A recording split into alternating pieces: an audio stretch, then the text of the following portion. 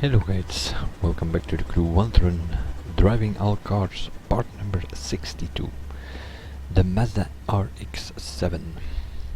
That's what we are looking at here,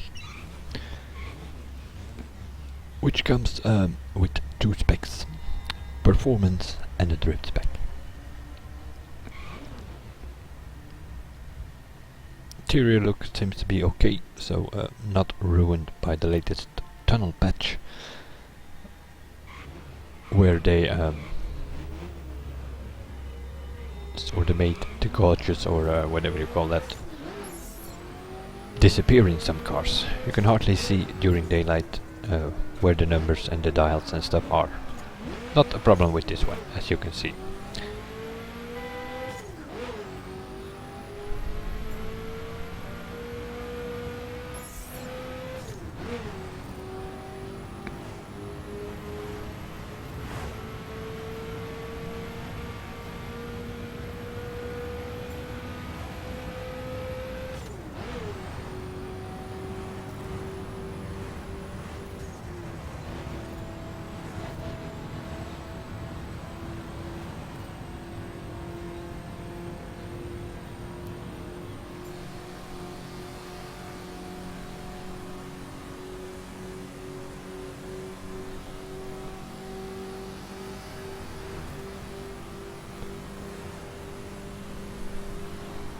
For a long time it was the only Mazda in the game, but with the latest Summit reward, the one which you can win if you participate in the Summit, which is running at the moment, the August Summit, but it was also already available in the July Summit, the Mazda MX-5 for the Miata. I already won it in July, so I am participating in the Summit. Because, well, it's more like the skilled drivers have a chance now, because the grinding events, free drive challenge, free drive stunts and PvP doesn't seem to count anymore for the ranking, which means you get different leaderboards now. But anyway, back to this car. We only have to do one test here, seeing the other one is an extreme spec. The performance spec, a bit more bigger exhaust, some different rims, different bumpers.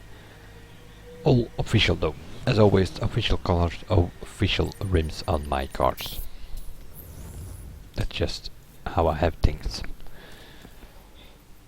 And none of them stickers. I only have some stripes on my Street Edition cars, well, to sort of make a difference with the normal street ones, I guess. Bit of wheel spin in first gear, but that is the case here with many cars, since the Bonneville flat is not really, well, it's not really off-road, but it's also not really a road, so you usually get some wheel spinning, especially in first gear.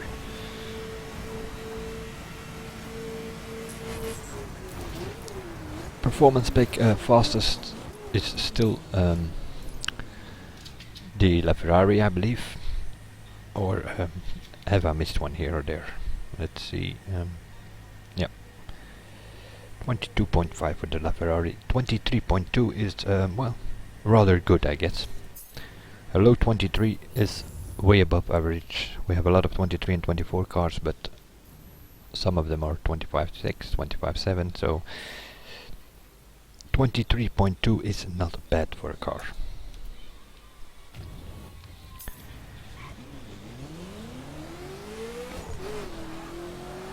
It has quick response, and then it's slightly going to slide a bit on you, because that is the minus for this car. It's a bit, yeah, some corners it slides and it will result in different things. One corner you might get a little oversteer, in another corner you might get a little understeer. But the acceleration is okay. The handling is a bit, well, tricky, let's call it that. And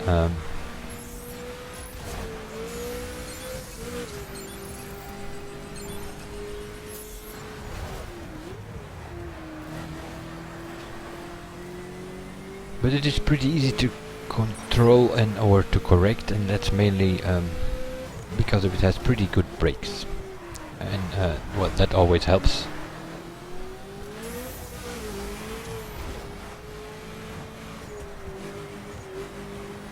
But the over/understeer is a bit, yeah, a bit too much to make it a supercar.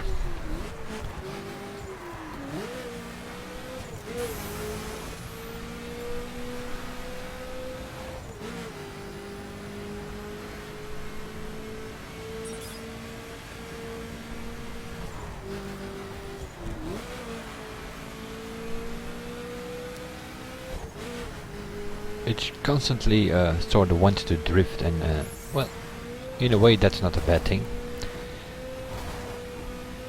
And that way is, well, seeing it has a drift spec.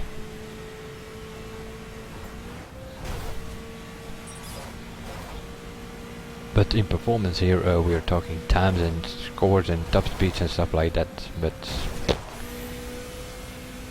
nothing special about this one. A little bit of oomph, we get to 396, 397. The better performance specs can easily get 400, and some of them go over 400, so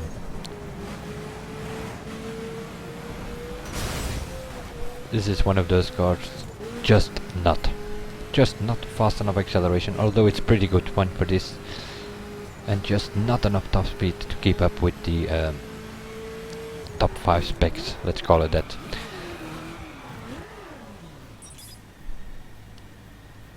It is not that bad, it's pretty easy to control, although it tends to slide all over the place, wants to drift on you instead of keeping on the road.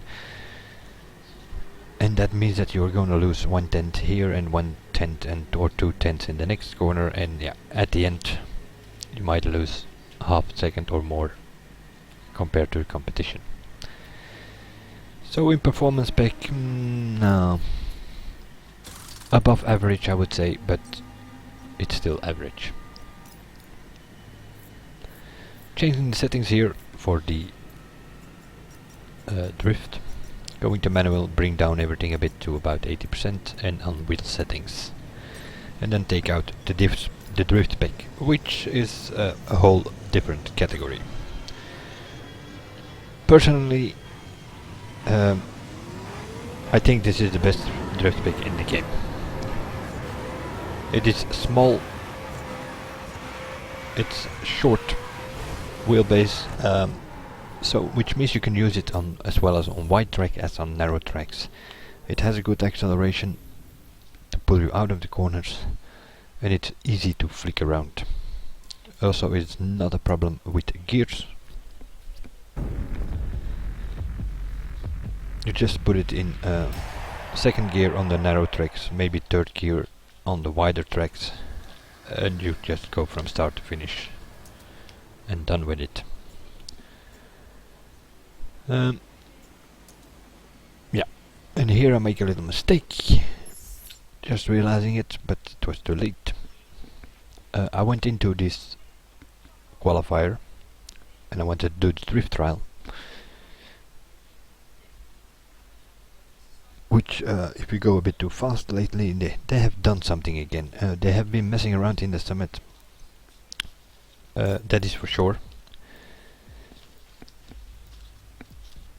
And since then you sometimes you get a black screen for like 2-3 seconds before it actually loads and starts the event, which wasn't supposed to start here because it was European American, and that was the previous qualifier. Meanwhile the summit is running, but yeah,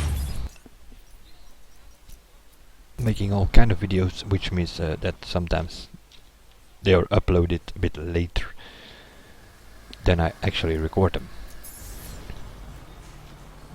I record them and then I later on I record them again with another software to, first of all, to bring the file size a bit down, and then also meanwhile I can do some post comment to make it easier than have to do all that in game while you're at it. And sometimes things go wrong in the game, mainly with the the loading screens. If you do too many free drive challenges, which the acceleration test is, if you do too many one after another, you sometimes get stuck in the black screen and then you have to reboot the game. And anyway, so I'm gonna have a look at this track here, and that is let me see, yeah, this is the current track at this moment running. I will probably post this video tomorrow or so, and that means we are in the last week of August. And that is when the Summit is running. Summit, unlike qualifiers, which takes 3 days and a half, the Summit takes a whole week. So you have 7 days time to improve your scores and numbers and times. Had a quick look on the track, and I think it's sort of a reverse track of one that we already done once, but I'm not 100% sure. Meanwhile, the hood cam, which is sort of how I normally do things. And see what we can do here with this Rx-7. Like I said, on tracks like that, a bit narrow, second gear should be able to do it in. You can go to third gear, but then you really need to control the throttle way more, even brake on some corners. So on tracks like this, I might score a few 10,000 points less, but I just keep it in second gear.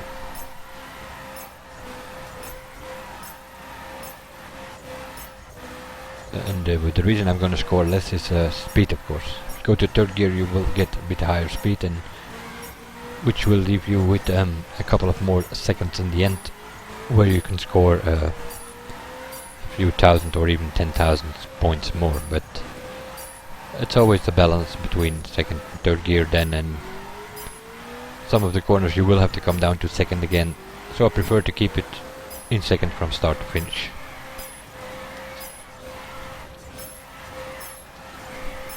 And if you can find yourself, by doing this track a couple of times, you can find yourself some bigger angles to do longer drifts,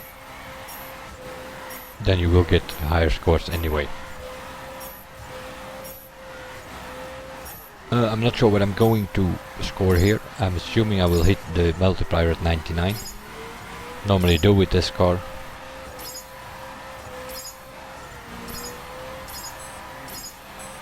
There it is, and I have about 8 seconds left.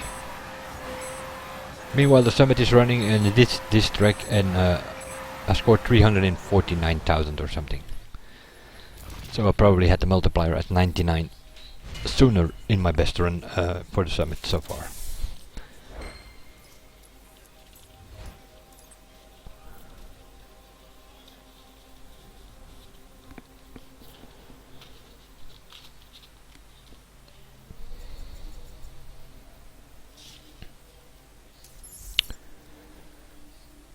So acceleration and brakes are okay. It over understeers a bit too much, which is a bit of a problem for the performance spec. It's above average, I would say, but well, it's there are 70 plus performance specs, so not that good. Drift spec, on the other hand, for me personally, if we can use it, I use it because I find this is the best drift spec in the game. That will be it for this video. I will see you guys in the next one, and bye for now.